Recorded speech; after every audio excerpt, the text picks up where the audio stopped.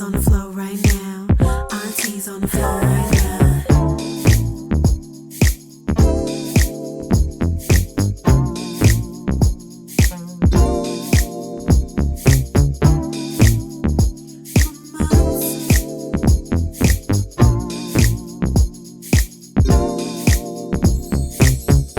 Part of. And so I don't need to struggle, which most of us have done since a child, all the way up to where I'm at now. At some point you stop and say, look, let me enjoy some of the finer things of life. God gave me access to it. God gave me the ability to do it. God gave me the money to do it. So let me enjoy some of the things on this earth. I'm older now. I've accomplished certain things, but when we're younger, we're working so hard, sometimes we don't really focus on the finer things, if you will. We're trying to build this house. And we figured out what we want it to look like. So we got to put this in, put that, and that's where our focus is. But at some point, I would encourage anyone to stop, look at who you are, know who you are. If you can, believe this is who you're supposed to be, or it's not. So now it's time to pivot and take another turn. But if you have come up the right path, at a certain point, this belief that you've had all this time in yourself, in what you're doing, it's now in a become state. Believe. And you know what you were saying, Dr. Lee, regarding that about knowing who you are. You know what I've learned in my life? People got to understand the definition of words. You got to know what integrity really means. Mm-hmm. Some people they don't even know what integrity means. That's true. So they have to learn the definition of words. When you say you want to be, it's like you can't be something you don't know. I mean, you don't know how to do good business, then you have to learn the meaning of good business. That's okay not to know. You can't know but you everything. have to learn. So yes, you go somewhere and learn that thing that you desire to become. Right. You have to learn it. So you don't need to know everything. I absolutely don't know everything, but I do have an understanding. If I desire to become that, then I must do some studying. Like there's something that I'm very interested in, and I know I gotta go and study about it. And I thought my studying, I didn't think I need to study anymore. I do, in order to pivot over into this area. I've learned a very important thing. There's no such thing as I've learned enough. Right. I don't need to learn anymore. That's incorrect. Right. Yes, because when you think like that, then God comes in and show you, you need to know this. Every day. How did I miss this? How did I miss this?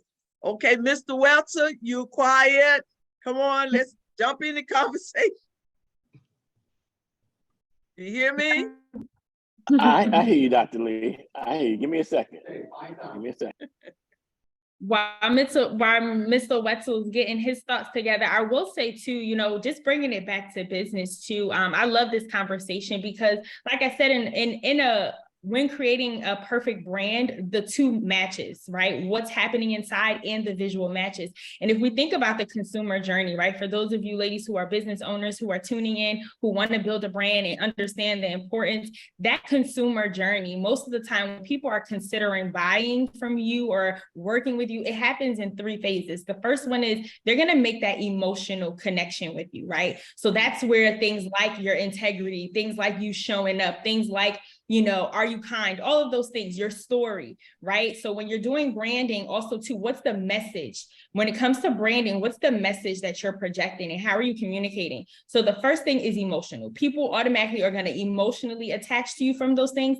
Then the next thing they're going to say, well, let me see if these visuals match up, right? So after I meet you, you walk into this meeting and I meet you and I'm like, wow, I love her energy. She's professional. She presents herself well. She's dressed well.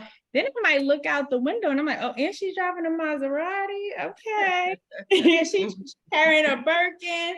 Okay. You know, and now that trust continues, right, to build, similar to what everyone was talking about on the line. And then that last part, now they're probably going to do some research on you. Or, okay, is she, you know, she the real deal? Let me check her social. Let me go to her website, you know, and then that rational part starts to kick in. So I've emotionally connected with her. That's that inner piece that Dr. D was talking about. I visually connect with her. Okay, she getting to the bag. It's adding up. And now, does this make sense for my brand? So now then your product or your service, you know, okay, well, how many cars do you have in your fleet? Or, you know, Dr. Lee with Women of Wealth, okay, what can this do for my brand? Now, does this make sense? So all of it works together. And so I love just keeping that in mind, like I said, for the people who are tuning in, who are business owners, what that journey looks like and why it's important.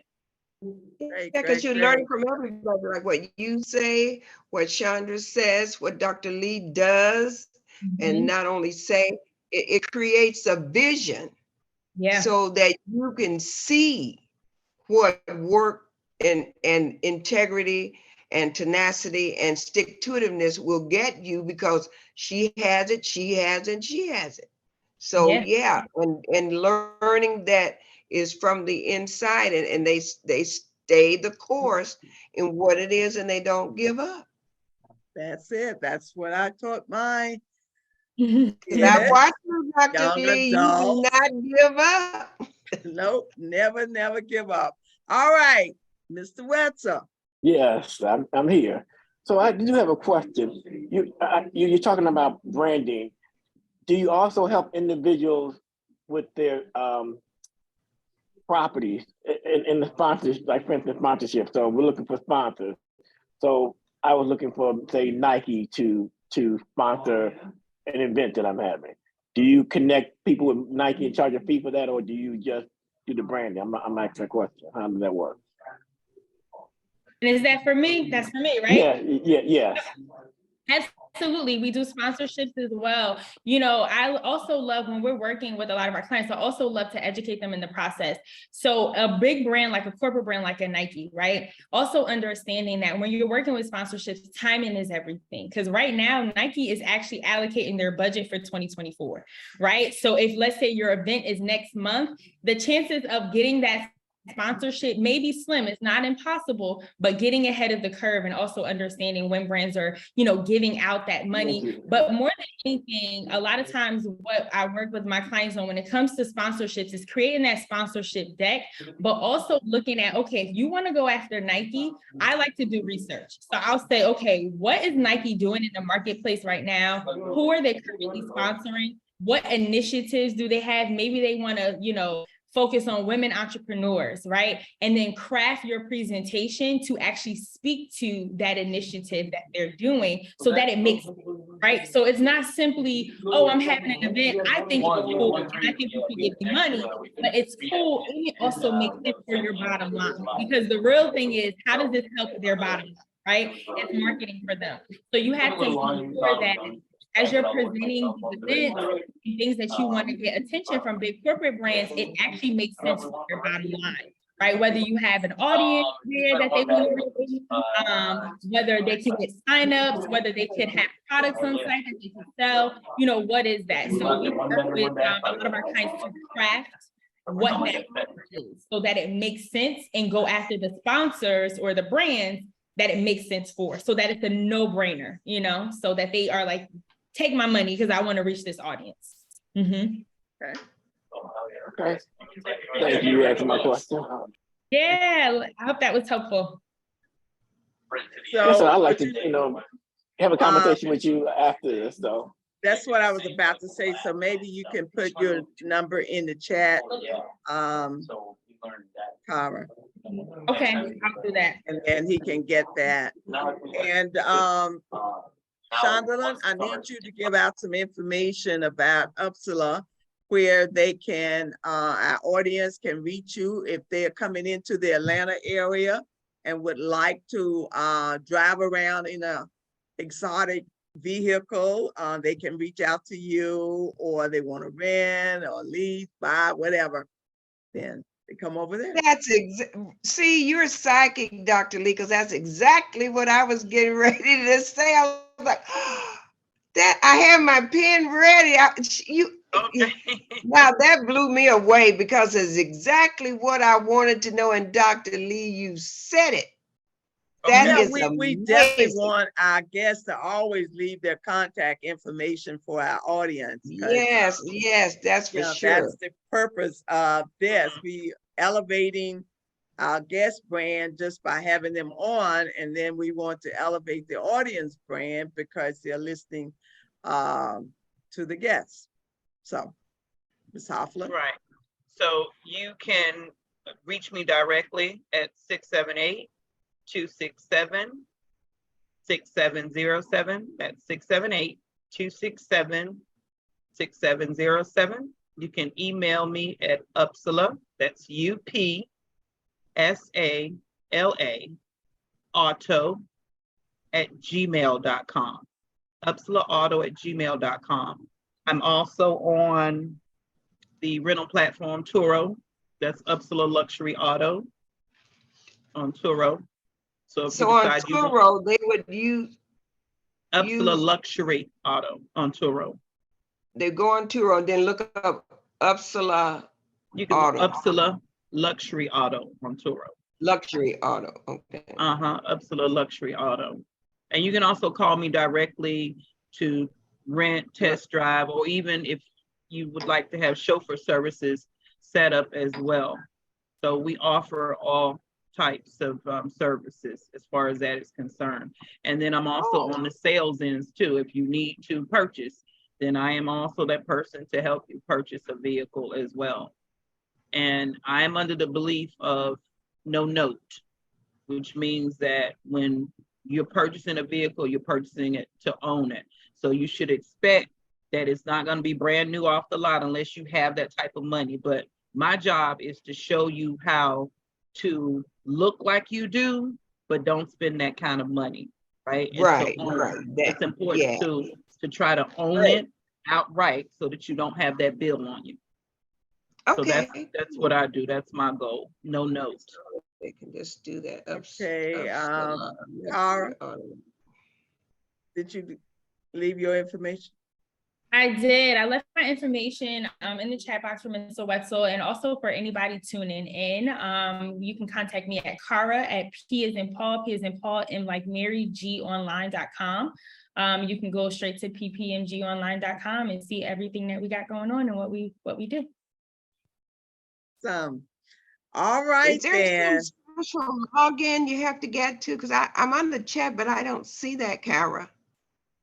Okay, I sent it straight to Mr. Wetzel, but I'll drop it for everyone in the chat as well. Okay. Yes. Okay, sounds good. This was a very, very interesting evening. Lael had to be out of town, and our other co-hosts was going to try to make it, but they did not. So they left me here by myself. I said, Dr. D, where are you? And it went very well. A lot of times things happen for a reason. Things happen for a reason. It went very well. Yes. Yeah, it was good. All right, then. With that being said, I try not to hold people over that hour, and I think we were okay. It's exactly 8 o'clock. Exactly. So, all right. Thank you guys for coming. See you next week. Bye, everybody. Bye. Bye.